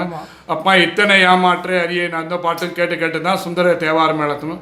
அடுத்து எங்கள் தேவார குருமணிமா மாட்ட சொல்லியிருக்கேன். உங்கள் எல்லா அடியார்களோட ஆசீர்வாதத்தில் இது வந்து திருப்பியும் ஆரம்பிப்போம். இன்னொரு விஷயம் உங்ககிட்ட சொல்ல மறந்துட்டேன். அது என்னென்னா, ஃபஸ்ட்டு மகா பிரிவாவை பற்றி நம்ம என்ன பண்ணுறது அப்படின்னு நானும் என் ஒய்ஃபையும் யோசிச்சுட்டு இருக்கும்போது இந்த வெஸ்மாமலத்தில் பஞ்சமி நாகராஜனான ஒருத்தர் இருந்தார். ஆமாம் ஆமாம் ஆமாம். அவர் என்ன பண்ணார், என்னையும் என் ஒய்ஃபையும் கூப்பிட்டு ஒரு பெரியவா பாதுகையோட ஒரு ஃபோட்டோ ஒன்று கொடுத்தார். நானும் என் ஒய்ஃபை இதை வச்சு நம்ம என்ன பண்ண போகிறோம் அப்படின்னு இருக்கும்போது என் ஒய்ஃப் என்ன சொன்னால், அந்த பாதுகையை ஃபஸ்ட்டு நம்ம ஃப்ரேம் பண்ணிக்கலாம், ஃப்ரேம் பண்ணி நம்மளால் எதாவது பண்ணலாம்னு சொல்லும்போது ஃபஸ்ட்டு அந்த பாதுகைக்கு வந்து லலிதா சகஸ்நாமம் அர்ச்சனை பண்ணி நாங்களே ஆற்றுல சக்கரை பொங்கல் நைவேத்தியம் பண்ணியிருந்தோம். அதுக்கப்புறமா பெரியவாளுக்கு நம்ம அனுஷ பூஜை பண்ணணும்னு ஒரு ஆசை வந்தது. சரி, அனுஷ பூஜை எப்படி பண்ணுறது, நம்மளால் முடியாதுன்னு சொல்லிட்டு என்ன பண்ணுவோம், விடிய காத்தால 3 மணிக்கு வந்து தயிர் சாதம் ஒரு 10 பேக்கெட்டு போட்டுட்டு சென்ட்ரல் அந்த கிளீனிங் பண்ணுற துப்புரவு பணியாளர்களுக்கெல்லாம் எடுத்துகிட்டு போய் கொடுத்தோம். அதுக்கப்புறமா ஸ்லோவாக ஆற்றுலேயே வந்து நம்ம பெரியவா படம், எனக்கு நிறையா பேர் பெரியவா எங்கள் பெரியவா படம் கொடுத்தாலும் அலைஞ்சு போய் வாங்கிட்டுருவேன். வாங்கி வச்சுட்டு இருக்கும்போது இங்கே சங்கர மடத்தில் பாபு மாமான்னு ஒருத்தர் இருந்தார். அவர் வந்து ஒரு பெரிய விஸ்வரூப பெரியவா ஒன்று கொடுத்தா. அது வந்ததுக்கப்புறம் வாட்டில் வந்து அனுஷம் பூஜை அப்படியே பண்ண ஆரம்பித்தோம். அப்படியே அனுஷம் பூஜை ஆரம்பித்து நாங்கள் யாரெல்லாம் தெரிஞ்சவாளோ எங்கள் லலிதா சகஸ்நாமம் போய் அவளுக்கெல்லாம் வந்து கம்பல் பண்ண மாட்டேன். ஆனால் பெரியவாளை பற்றின கதையெல்லாம் சொல்லி அவளுக்கு அந்த பெரியவா படத்தை கொடுத்து அனுஷத்துக்கு நீங்கள் தோடகாஷ்டம் சொல்லி நமஸ்காரம் பண்ணுங்க சொல்லி அவளுக்கு சொல்லி கொடுத்து இன்றைக்கி எத்தனையோ குடும்பங்கள் பெரியவா அனுகிரகத்தினால நிறைய நல்லது நடந்துட்டுருக்கு. எனக்கு ஒரு பெரிய பாக்கியம், இந்த திருவொற்றியூர் சங்கர மடத்துலேயும் இந்த 61வது பெரியவாளுக்கும் 55வது பெரியவாளுக்கும் கைங்கரியம் பண்ணுற பாக்கியம் கிடச்சிருந்தது. கொரோனாவுக்கு முன்னாடி சாணு அண்ணா சொல்லி மாதம் லோகக்ஷேமத்துக்கு அங்கே கணபதி ஹோமம் பண்ணியிருந்தோம். 55வது பெரியவாளுக்கு மாதத்தில் ஒரு ஞாயிற்றுக்கிழமை வந்து லோகக்ஷேமத்துக்கு அங்கே கணபதி ஹோமம் பண்ணியிருந்தோம். அது கொரோனாக்கு அப்புறமா கொஞ்சம் போக முடியல, எனக்கும் ஆஃபீஸ் வேலைனால அது கொஞ்சம் நடுவில் விட்டு போயிடுச்சு.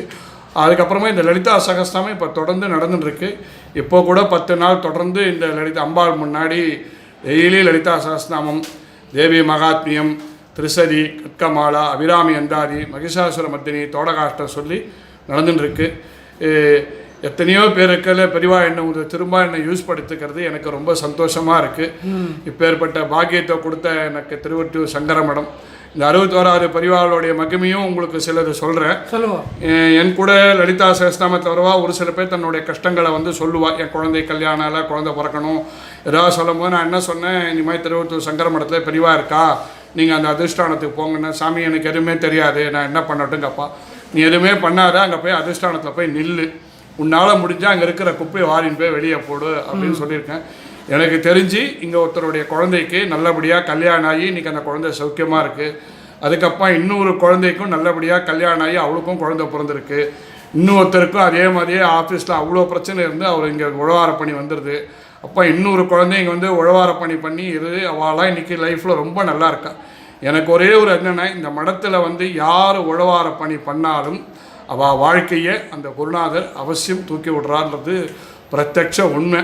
ஏன்னா முதல்ல இங்கே சங்கர மடத்தில் என்னன்னு ஆசைப்பட்டதே உழவார பணியும் பிடி அரசையும் தான் பெரியவா சொன்னதான் நான் மனசில் ஏற்றுண்டு அதை பண்ண ஆரம்பித்தோம். இன்றைக்கி நிறையா பெரியவா அனுகிரகத்தில் சத்காரியங்கள்லாம் நடந்துட்டுருக்கு. இதுக்கு சொல்ல எவ்வளோதான் இனிக்கும் குருநாதருடைய மகிமையை, அதை சொல்லி மாளாது. புது பிரிவாவை பற்றி சொல்லுங்க. கடைசி இப்படி இருக்கும்போது நான் பிரதோஷத்துக்கு போயிட்டே இருக்கும்போது புது பெரியவா அங்கே இருந்து அவங்க பெரியவா பிரதோஷ தரிசனம் போயிட்டு இருப்பேன். ஒரு வாட்டி செவ்வாய், ஆமாம், அது வந்து என்னால் மறக்க முடியாத ஒரு தரிசனம் வந்து செவ்வாய்க்கிழமை ஒரு வாட்டி அதிஷ்டானத்தை பெரிய சுற்றிட்டு இங்கே ஒரு ஓரமாக உக்காந்துருந்தேன். மடத்தில் பிரசாதம் கொடுப்பா, அதை வாங்கி சாப்பிடுவோம் அப்படின்னு நிற்போம். அப்போ மடிசாரை கட்டிட்டு ஒரு மாமி வந்து என்னை கூப்பிட்டு கேட்டா, ஏன் நீங்கள் உட்காந்துட்டு இருக்காரா, குருநாதர் தான் அங்கே உட்காந்துருக்காரு, நீ போய் நமஸ்காரம் பண்ணுன்னு சொல்லிட்டு புது பெரியவாளை காமிச்சேன். எனக்கு ஒரு டவுட்டு, இத்தனை பேர் உட்காந்துருக்கேன், ஏன் அந்த மாமி நம்மளை கூப்பிட்டு சொல்கிறா அப்படின்னு எனக்குள்ள ஒரு கேள்வி. சரி யாராக இருந்தால் என்ன சொல்லியிருக்கான்னு சொல்லிட்டு பெரிய பெரியவாளை போய் நமஸ்காரம் பண்ணேன். பெரியவா வந்து எனக்கு தீர்த்தம் கொடுத்து என்னை ஆசீர்வாதம் பண்ணான். அன்னிலேருந்து பெரியவாளை புது பெரியவாளை பார்க்காம அந்த பிரதோஷ பூஜையை முடிச்சுட்டு நான் வெளியே வரமாட்டேன். இப்படி இருக்கும்போது தீபாவளிக்கு முந்தின நாள் இதே மாதிரி போனேன். பெரியவாளிக்கு எல்லாருக்கும் புடவை கொடுத்துருந்தா. எனக்கு ஒரு நப்பாசை, சரி நம்ம ஒய்ஃப்க்கு ஒன்று கிடைச்சா நல்லா இருக்குமே அப்படின்னு. அதில் ஒரு பொசசிவ்னஸ், இல்லாத வாழ்க்கை தானே வாங்கிக்கணும், நம்ம ஏன் வாங்கிக்கணும்னு அது மனசுக்குள்ள ஒரு கேள்வி. அப்போ இன்னொரு தோல்வி சொல்லிச்சு, இல்லை குருநாதர் பிரசாதம் தானே, நீ போய் வாங்கிக்கலாம், தப்பு இல்லைன்னு சொல்லும்போது இதுக்குள்ளே கேள்வி நடக்கும்போதே என்னை புது பிரிவா கூப்பிட்டா, இங்கே வான்னு, புடவை தானே வேணும், இந்தா வச்சுக்கோ அப்படின்னா. அது என்ன பியூட்டின்னு என் ஒய்ஃபுக்கு பிடிச்ச கலரே அவர் கொடுத்தார். அது ஒரு பெரிய அனுபவம். அதுக்கப்புறமா வந்து எனக்கு பெரியவா கையால் ஒரு பைசா வாங்கிக்கணும்னு எனக்கு ஒரு ஆசை. இதே மாதிரியே பிரதோஷம் முடிஞ்சிட்டு நின்றுட்டே இருந்தேன். ஏன் இன்னும் நீ ஆற்றுக்கு கிளம்பலை அப்படின்னு கேட்டால், இல்லை பெரியவா உங்கள் கையால் எனக்கு பைசா கொடுக்கணும், அதான் என் பாதுகையில் இருக்குது, நீ எடுத்துக்கோ அப்படின்னா. அதெல்லாம் எனக்கு தெரியாது, உங்கள் கையால் தொட்டு என்னை ஆசீர்வாதம் பண்ணி கொடுக்கணும் அப்படின்னு சொல்லியிருக்காருன்னு. ஏன்னா அதுக்கு முந்தின பிரதோஷத்துக்கு போகும்போது எனக்கு ஒருத்தர் வந்து பெரியவாளை பற்றி சொன்னார். புது பெரியவா மகா பெரியவா வந்து கிரியாசக்தின்னு சொல்லியிருக்கா, பெரியவா கையால் நீ எதாவது பிரசாதம் வாங்கிக்கோன்னு என்னை சும்மா உசுப்பேற்றி விட்டுட்டே இருந்தார். ஸோ எனக்கு ஒரு ஆசை அவர் கையால் பார்த்து வாங்கணும்னு சொல்லிட்டு, அதுவும் பெரியவா வந்து என் மனசு அறிஞ்சு கொடுத்தா. இது எனக்கு ஒரு பெரிய பாக்கியமான நின்று பெரியவா சித்தியார்த்துக்கு கடைசியாக ஒரு 12 பிரதோஷத்துக்கு பெரியவா கையால் தீர்த்தம் வாங்கினேன். அதை கடைசியாக குமரேச மாமா வந்து மகா பெரியவாளை தீபாரனை காட்டுறதுக்கு முன்னாடி கடைசியாக ஒரு 3 பேர் தீர்த்தம் வாங்கினா. அந்த 3 பேரில் இந்த அடியேனும் ஒருத்தன். எங்கள் அப்பா அம்மா செஞ்ச புண்ணியம். அந்த பிரசாதத்தை வாங்கினேன். பத்திரமா ஆற்றுக்கு போ அப்படின்னு சொல்லி அனுப்பிச்சார். அவர் சித்தியார் அன்னைக்கும் எனக்கு ஆஃபீஸ்லேயும் எப்படிடா லீவு கிடைக்கும்னு நினச்சேன். அன்றைக்கி என் பாஸ் உள்ள குருநாதர் மனசில் பூந்து நீ உடனே கிளம்பி போனாரு. சரி போகிறோம், வேஷ்டி இல்லையே என்ன பண்ணுறது அப்படியே தவிச்சுன்னு இருந்தேன். அங்கே ஒரு பெரியவா பக்தர் ஒருத்தர் வந்து, வேஷ்டிக்கு ஏன் கவலைப்படுறேன், நான் தரேன் உனக்கு வேஷ்டின்னு சொல்லி கொடுத்தா. அன்றைக்கி பெரியவாளுடைய அந்த இதெல்லாம் பார்த்து குருநாதருக்கு சேவை பண்ணுற பாக்கியமும் கிடச்சிது. பால பெரியவா கூட சரி, இப்போ புது பெரியவா சத்தி அந்த குருநாதரையும் போய் பார்த்து எல்லாருக்கும் ரொம்ப சந்தோஷம். இப்போ ஏற்பட்ட பாக்கியத்தை கொடுத்த குருவுக்கும் சங்கர பக்த ஜனசபாவுக்கும் என்றைக்கும் ஒரு அடிமையாக இருந்து வேலை செய்யணும்னு என்னோட ஒரு ஆசை. சூப்பர். இப்போ நம்ம அதிஷ்டானத்தோட ரெனோவேஷன், ரீபில்டிங், ரிப்பேர் ஒர்க்கை பற்றி இன்னொரு வாலண்டியர் ஒருத்தர் இருக்கார். அவர் கொஞ்சம் டீட்டெயிலாக நம்மளுக்கு எக்ஸ்பிளைன் பண்ணோம். அதை பற்றி நம்ம பார்ப்போம். நம்ம இப்போ திருப்பி அதிஷ்டானத்துக்கு வந்திருக்கோம். இந்த அதிஷ்டானம் இப்போ இருக்கிற நிலைமையிலேருந்து என்னெல்லாம் மாற்றணுங்கிறது பெரியவா உத்தரவு பண்ணியிருக்கா. அதை வந்து நம்ம ஹரிசங்கர் மாமா வந்து இதை பற்றி நம்மளுக்கு டீட்டெயில்டாக சொல்ல போகிறா. அவள் வந்து 3 ஜென்ரேஷனாக திருவொற்றியூர் சங்கர மடத்துக்கு கனெக்டட். தாத்தா அப்பா பல வருஷம் கைங்கரியம் பண்ணியிருக்கா, நிறையா பண்ணியிருக்கா. பிரசாதம் கைங்கரியெல்லாம் அவள் அப்பா நிறையா பண்ணியிருக்கா, ரொம்ப ஃபேமஸ். இன்றைக்கி ஹரிசங்கர் மாமா வந்து அதை 3வது ஜென்ரேஷனாக கண்டினியூ பண்ணிட்டுருக்கா. அதை அவர் வந்து இந்த இடத்த சுற்றி என்னெல்லாம் சேஞ்சஸ் பண்ணணுங்கிறது பெரியவா சொல்லியிருக்காங்கிறது இப்போ டெக்னிக்கலாக நம்மளுக்கு எக்ஸ்பிளைன் பண்ணிவிட்டு இந்த ப்ராஜெக்டோட ரிக்குவயர்மெண்ட்ஸை நம்மளுக்கு சொல்லுவாங்க. ராம் ராம் ஸ்ரீ குருபியோ நம. இந்த அதிஷ்டானத்தை வந்து புனருத்தாரணம் பண்ணுறதுக்காக பெரியவாளை போய் பார்த்தோம். பாலப்பெரியவா முதல்ல என்ன சொன்னான்னா, மணிமாமா ஒரு கை மணிமாமாவை போய் நீங்கள் முதல்ல பாருங்கோ, மாமா என்ன சொல்கிறாலோ அந்த மாதிரி நீங்கள் வந்து இது பண்ணலான்னு. அதுக்கப்புறம் மாமா கிட்ட போய் ஒரு கை மணிமாமாவை போய் பார்த்தோம். மாமா வந்து இங்கே வந்து பார்த்துட்டு நான் சொல்கிறேன்னு சொன்னான். ஒரு 2-3 மாதம் ஆச்சு மாமா வரத்துக்கு. மாமா அதுக்கப்புறம் 3 மாதம் கழிச்சு ஒரு ஸ்தபதியை கூட்டின்னு வந்தார். வந்துட்டு பெரியவா அதிஷ்டானத்தை பார்த்துட்டு கிட்டத்தட்ட பார்த்தீங்கன்னா ஒரு 8 அடி கிட்ட வந்து இது வந்து இறங்கி இருக்கும். நம்ம பேஸ் லெவல்லேருந்து கீழே கிரவுண்ட் லெவல்லேருந்து கீழே வந்து ஒரு 8 அடி கிட்ட இருக்கும். இதனால் வந்து ரொம்ப தண்ணி வருது. தண்ணி மழை பெய்யும்போது பார்த்தீங்கன்னா ஃபுல்லாக வந்து தண்ணி உள்ளே இறங்கிடும். சுற்றி வீடெல்லாம் கட்டுறதுனால தண்ணி போகிறதுக்கும் நம்மளுக்கு வசதி இல்லை. அதனால் கொஞ்சம் ரொம்ப சிரமமாக இருந்தது. நித்திய அபிஷேகம் இது பண்ணுறதுக்கு வந்து கொஞ்சம் கஷ்டமாக இருந்தது மழை காலத்தில். அதனால் வந்து மாமா பார்த்துட்டு மாமா என்ன சொன்னார்னா, இது வந்து இப்போ வந்து சாதாரண கல் கட்டிடத்தான் இருக்குது, இது வந்து கருங்கல் கட்டிடமாக மாற்றிட்டா இது வந்து காலத்துக்கும் இருக்கும். பின்னாடி வரக்கூடிய ஓரிக்கை மாதிரி, ஆமாம் ஓரிக்கை மாதிரி பின்னாடி வரக்கூடிய ஜெனரேஷன் எல்லாருக்குமே வந்து இப்போ வந்து ஒரு 1000 வருஷம் 1500 வருஷமாக அப்படியே நிலச்சி நிற்கும், எந்த ஒரு பாதிப்பும் இல்லாமல் அப்படின்னு சொல்லி சொன்னால். இப்போ சபதியை கூப்பிட்டு ஏன்னா இது வந்து பார்த்திங்கன்னா ரொம்ப பெரிய இடம் கிடையாது, சாதாரண சின்ன இடம். அதே மாதிரி அதிஷ்டானமும் பார்த்தீங்கன்னா சுற்றி பெரியவாளை சுற்றி நம்ம பிரதட்சணம் பண்ண முடியாது, அதுக்கேற்ற மாதிரி பார்த்து பண்ணணும். அதுக்கேற்ற மாதிரி மாமா பார்த்து பிளான் போட்டு கருங்கல் கட்டிடம் ஏன்னா லேண்டும் எக்ஸ்டெண்ட் பண்ண முடியாது, ஏன்னா அதுவும் ரெஸ்ட்ரிக்டடாக இருக்குது. இடத்தையும் மாற்ற முடியாது, அதிஷ்டானம்ன்றது அந்த இடத்த நம்மளால், ஏன்னா அவர் கீழே இருக்காரு. ஆமாம், அதனால் எதுவுமே பண்ண முடியாது. அதுக்கு வந்து ஏற்ற மாதிரி மாமா ஒரு பிளான் போட்டு கொடுத்தா அதை பெரியவா கிட்ட காமிச்சோம். பெரியவா கிட்ட காமிச்சு உத்தரவு வாங்கும்போது பெரியவா வந்து பரணி வாத்தியாரையும் ஒரு வாட்டி வந்து பார்த்துட்டு அவள் 2 பேரும் மணிமாமாவும் பரணி வாத்தியாரும் பேசிட்டு நம்ம வந்து இதை வந்து அடுத்த செய்திக்கு வந்து ஸ்டார்ட் பண்ணலாம் அப்படின்னு சொல்லி பெரியவா உத்தரவு கொடுத்தா. பரணி வாத்தியார் வந்து இப்போ வந்து அவர்கிட்ட பேசியாச்சு, அவரும் வந்து நவராத்திரியில் பெரியவா கூட இருக்கா. அது முடிஞ்சு இங்கே வந்துட்டு மணிமாமா கிட்டேயும் பேசிட்டு அடுத்த ஒர்க்கை ஸ்டார்ட் பண்ணலான்றது ஆரம்பிக்க போகிறோம். என்ன பண்ண போகிறோம் அப்படின்னா, இந்த வந்து இப்போ இருக்க கிரவுண்ட் லெவல்லேருந்து ஒரு அடி மேலே எழுப்பி என்ன சொல்லி மணல் போட சொல்லி. ஆமாம், ஆற்று மணலை ஃபுல்லாக போட்டுட்டு இங்கே பெரியவா இருக்கிற இடத்த நம்ம மாற்றக்கூடாது. அதனால் என்ன சொன்னால் மணிமாமா என்ன சொன்னார்னா, பசுமாடு இதுலேருந்து ஒரு கயர் மாதிரி கட்டி பெரியவாளோட அந்த பிம்பத்தை வந்து எடுத்து கலாகர்ஷணம் பண்ணிட்டு அதுக்கப்புறம் வந்து சுற்றி ஆத்து மணல் போட்டு நம்ம பெரியவா எங்கே சென்டர் அந்த இது இருக்கோ அதுலேருந்து ஒரு செம்பு கம்பி மாதிரி வச்சு மேலே வரையும் எடுத்து அதுக்கப்புறம் சிவலிங்க பிரதிஷ்டை பண்ணி இப்போ இருக்க அந்த பிம்பத்தை வந்து சிவலிங்கத்தை ஆவடை பண்ணிட்டு அந்த பிம்பத்தை அப்படியே மேலே வச்சிடலாம், தெற்க பார்த்து வச்சிடலாம்னு சொல்லியிருக்கா.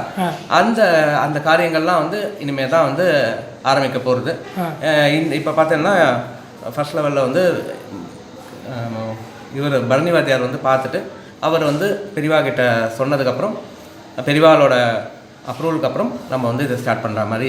சரி, என்ன ப்ராஜெக்ட் ரிக்குவயர்மெண்ட்ஸ் என்ன? இது பார்த்தீங்கன்னா கருங்கல் கட்டிடம் கட்டி ஃபுல்லாக கருங்கல்லில் வந்து மதில் சுவர் 4 பக்கமும் போட்டு பண்ணுறதுக்கு வந்து ஒரு 50 லட்ச ரூபாய் வந்து அதிஷ்டானத்துக்கு ஆகுது. அதிஷ்டானத்துக்கு மட்டும் ஆகுது. அதுக்கப்புறம் வந்து பார்த்திங்கன்னா முதல்ல வந்து நம்ம அதிஷ்டானத்தை வந்து, ஏன்னா இதுதான் ரொம்ப ஒரு அன்செக்யூர் ஸ்டேட்டில் இருக்குது, அதனால் முதல்ல இதை வந்து பண்ணி முடித்தோன்னே அதுக்கப்புறம் வந்து நம்ம மடம் பார்த்தீங்கன்னா அஸ்பர்ஷா ஷீட்டில் 1958 அந்த டைமில் வந்து பண்ணது. அதெல்லாமே எடுத்துகிட்டு இப்போ பார்த்தீங்கன்னா ராதா கல்யாணம் சீதா கல்யாணம் மழை பண்ணும்போது மழை வந்ததுன்னா ஃபுல்லாக ஒழுகிறது அந்த மாதிரி இருக்குது. அதனால் அதெல்லாத்தையும் எடுத்து தளம் போட்டு இவாலாம் வந்தானா தங்கிறதுக்கு இங்கே ரூம் எதுவும் கிடையாது. இப்போ பஜனை பண்ணுற பாகவதெல்லாம் வந்தானா தங்கிறதுக்கும் ஒரு ஆற்றுக்கும் ஒரு 2 பேர் எங்கள் ஆற்றுக்கு, இன்னும் 2 பேர் விஸ்வநாத மாமா ஆற்றுக்கு, அந்த மாதிரி ஒரு ஆற்றுக்கு கூட்டின்னு போயிட்டுருக்கோம்.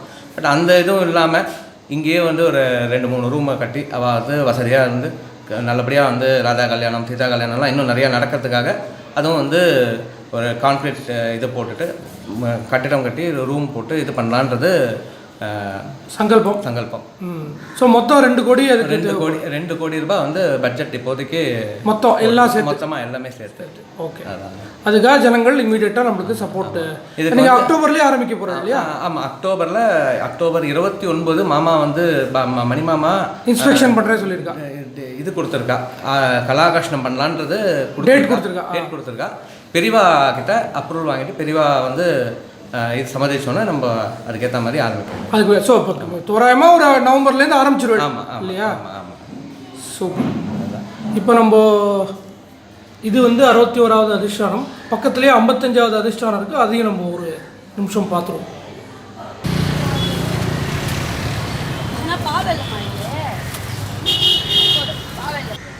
நம்ம சங்கராச்சாரியபுரம் அப்படின்னு ஒரு ஏரியா இருக்குது. 61வது பெரியவாளோட அதிஷ்டானத்துக்கு ஜஸ்ட்டு பின்னாடி பேரலல் ரோடில் 55வது ஆச்சாரியாளோட சன்னதி நீங்கள் இப்போ நேராக பார்க்குறீங்க. அதுக்கு எய்த்தாப்பில் ஒரு வீடு இருக்குது.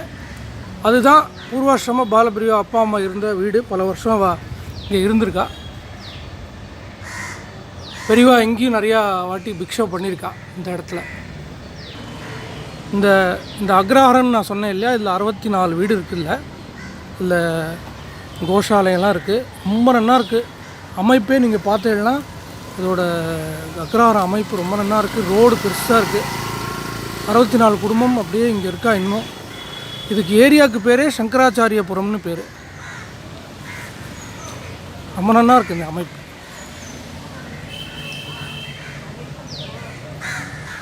இப்போ நம்ம பார்க்குறது 55வது பீட்டாதிபதியோட அதிஷ்டானம். இது ரொம்ப நன்னா மெயின்டைன் பண்ணியிருக்கா. மெயின் ரோடை ஒட்டி இது பீச்சை நோக்கி பெரியவா அந்த பக்கம் நோக்கி இருக்கா, கிழக்க பார்த்துருக்கா. அதிஷ்டானத்தோட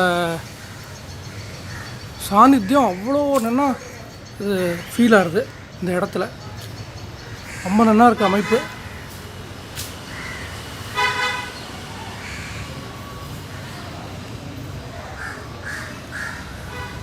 இது அதிஷ்டானத்தோட ஃப்ரண்ட் சைடு. 1500 சில்லற வருஷத்தில் அந்த பீரியடில் பெரியவா இருந்திருக்கா.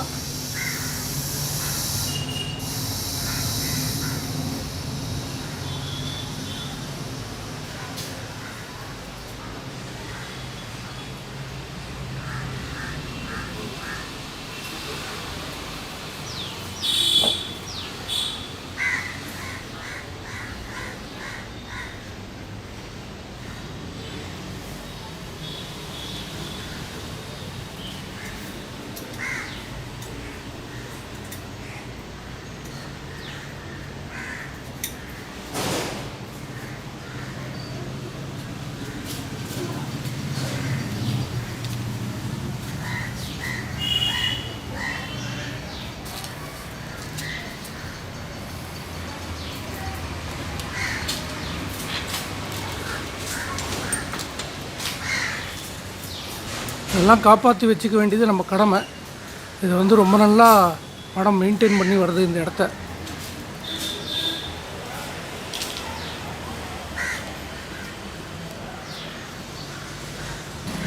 இதே அக்ரஹாரத்துக்குள்ளே இந்த சன்னதிக்கு எய்த்தாப்புலேயே கோதண்டராமர் கோவிலுக்கு இருக்குது. அங்கே இந்த கோவிலும் இந்த அக்ரஹாரத்துக்குள்ளேயே இருக்குது.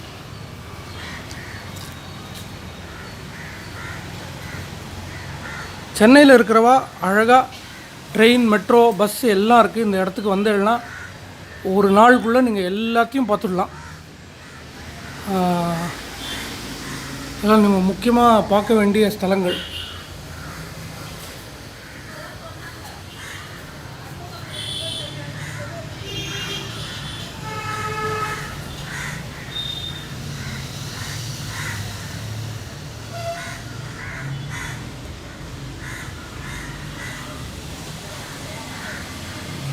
சங்கராச்சாரியபுரம்னு இந்த அக்ரஹாரம் ரொம்ப நல்லா அமைஞ்சிருக்கு. பெரிய அக்ரஹாரம், 64 குடும்பங்கள் இருக்கிறதுல பல வருஷமாக இருக்கா. இவா இந்த 2 அதிஷ்டானத்தையும் காத்துட்டு வரா. முக்கியமாக நம்ம 61வது அதிஷ்டானத்துக்கு ரெனோவேஷனுக்கு உண்டான சப்போர்ட்டை நம்ம பண்ணி இந்த அதிஷ்டானத்தை நம்ம புனருத்தாரணம் பண்ண வேண்டிய கட்டாயமாக நம்மளுக்கு அந்த ரெஸ்பான்சிபிலிட்டி இருக்குது. பெரியவா சரணம்.